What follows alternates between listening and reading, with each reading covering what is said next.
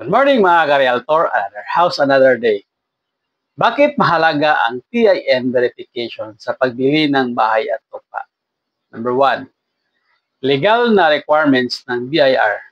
Ayon sa BIR, lahat ng real estate transaction, bili, benta o transfer ay kailangan may valid verification TIN ang buyer at seller.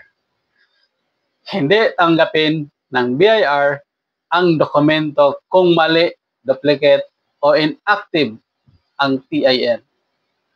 Kailangan ito para sa pagbayad ng tax, tulad ng capital gain tax, documentary stamp tax, transfer tax.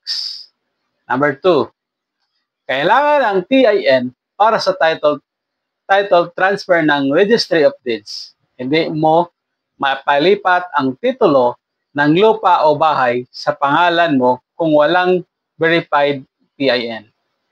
Isa ito sa basic requirements sa Registry of Deeds at sa Bureau of Internal Revenue. Number 3, kailangan sa pagkuha ng housing loan, bank financing, kung bibili ka ng property gamit ang bank loan, pag-ibig financing, hihingian ka ng TIN para sa verification ng identity mo at sa tax status. Para masigurong legitimate taxpayer ka at walang tax liability na pwedeng makaapekto sa loan processing.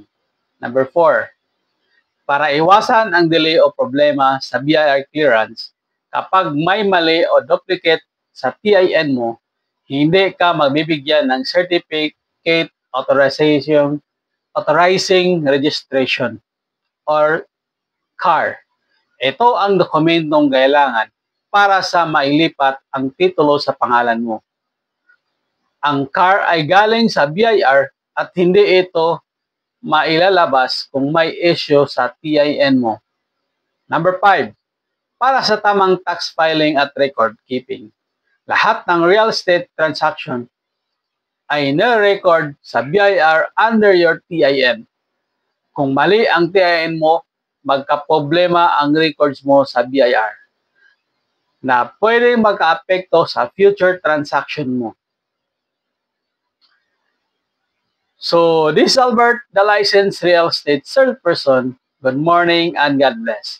Don't forget to like, share, and follow para updated ka sa mga real estate tips ko. And don't forget to comment down below kung may mga question ka.